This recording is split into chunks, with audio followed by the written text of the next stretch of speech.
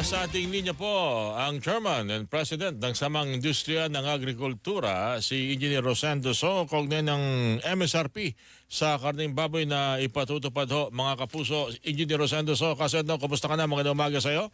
Welcome sa Benaman ng mga balita ulit. Magandang umaga. Magandang umaga sa lahat. Hindi ko lang alam kung matutuwa ako o maaring sabihin natin na matagal nang dapat ginagawa ito, MSRP sa karne, na magpapamura at patutupad na raw ito. Ano ang tingin mo dapat nasa likod nito? Kung timing ang pag-uusapan ay nararapat pa ba ito sa ngayon? Kasi kaya ko tinanong yan, mukhang nagiging normal na, nababalik sa normal yung production ng local na karne raw natin. Tama ba yun, Kasendong? Yeah, so far naman kasi for itong January nakita natin na medyo sumipa yung presyo, no, na hindi normal yung pagtaas. So nung nag-uusap tayo ni Secretary, nakita natin na itong Metro Manila ang medyo may problema, no. Other places kasi hindi ganun ka laki yung pagtaas.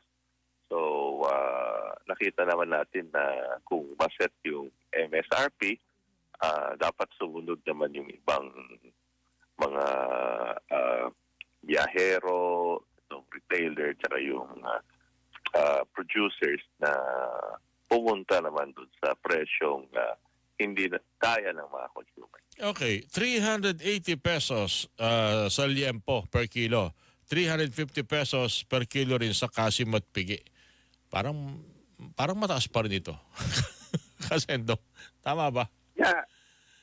Yung price na yan, binis natin dun sa more or less yung last year price ng December, November. So yung computation naman natin na dapat kumita yung biyahero, kumita yung retailer, and yung producers naman, no. Ang computation natin sa backyard kasi yung break-even nasa almost 200 pesos yung live weight. So, yung 30 pesos na markup pwede na sa mga backyard racer, no? Okay. And of course, yung sabit ulo na sinasabi natin, yung class 65 to 70, and yung from sabit ulo to retailer, mga 50 pesos. So, yung presyo na 350 tsaka yung 380, sa tingin naman natin achievable yun. Okay, kala ko kasi gumagana lang ang pagiging Ilocano ko Kaya parang baka makatipid, hindi na masama. Pero yung patuloy, meron pa ba tayong problema? Meron pa ba tayong nakikitang dapat pagkilos din o paggalaw sa presyo ng imported na karne? Kasendo? Yeah, yung imported na karne naman, bali, nakita naman natin sa mas mababa ng almost 50 pesos to 60 pesos dito sa presyo ng local meat, no. So yun pag-aaralan kung kailangan pa bumaba, pero sa ngayon naman pinag-aaralan yung imported. Okay. Balikan ko lang yung local production natin ng karne. Magkano na ba ngayon ang farm gate price per kilo supposed to be? Binagad mo kayo na yung backyard Yung mga poultry farmer, kumusta ba? Magkano ba yung kanilang presyo sa farm gate?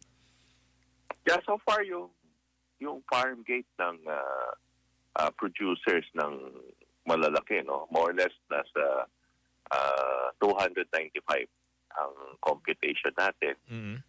Pero siyempre yung area na delivery medyo malayo, no, from yung source. So ang tingin natin yung presyong 350 pigi and liempo. Yung liempo 380, wala naman din problema. Okay, so ibig sabihin ka, Sendong, itong presyong 380 sa liempo, 350 sa kasim at pigi, makatwiran na ito dahil na rin dito sa maaring mangyari na pagbinahiyan at pagdating ng expressway, malaki talaga malaki talagang babayaran ng mga supplier. Yes, May magbabayad dagdag pa malaki talagang epekto yung dagdag ng ng toll sa expressway Yes, yung sa sa Bisaya Mindanao mas mababa pa yung presyo, no. Ito lang is yung Metro Manila na medyo sumipa ng mataas, kaya sa tingin natin kailangan ma-set yung MSRP dun sa Metro Manila. Okay, may posibilidad ba bumaba pa itong presyo sa farm gate ng karne sa darating ng mga araw, lalo na itong summer, Kasendong? Dahil meron na rin ilang mga development sa poultry farmers, Kasendong? Yung sa mga piggery, no, yung piggery farm, so far kasi malaki na bawasan ito sa Luzon, no, yung nangyari na ASF last year, June to December. Kaya yung production talaga itong January to May apektado kasi only 6 months yung kung yung biik is papalaki, no, 5.5 to 6 months yan.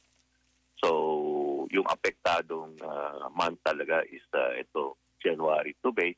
Kung mag-aalaga kayo ng biik, ang perdahan yan is June, no? June, July. So kaya sinabi natin na yung time nito talagang apektado yung presyo ng ating local meat. Sana lang tuluyan na magkaroon ng solusyon yung mga problemang yan at medyo matagal-tagal na rin tayo nagsasakripisyo, Kasendong. Although minsan mas marami tayong magandang balita pinag-uusapan, pero dahil nga sa mga development ng mga nakaraang panahon, nauubos ang oras natin kung bakit mahal ito, bakit kulang ito. Yun lang. Tapos bakit mag-aangkat. Lagi na lang ando dun . Siya nga pala, pahabol ko na lang, Kasendong. Narinig mo ba yung balita kahapon na ombudsman mismo nagbanggit na sa mga ahensya ng gobyerno ang talamak talaga korupsyon, NDA, may binanggit din na NFA at yung pag-i-import ng mga isda. Narinig mo ba yun, Kasendong? Yung sa statement ni Ombudsman Martires? Hindi ko pa nakuha yung specific kung anong nababanggit. Well, basically, yung ating malimit pag-usapan, bakit pabalik-balik ang problema sa sibuyas? Problema sa supply ng bigas, supply ng sibuyas, pati yung kinakailangang mag-angkat ng isda, sa ganit napapaligiran tayo ng tubig. Yeah.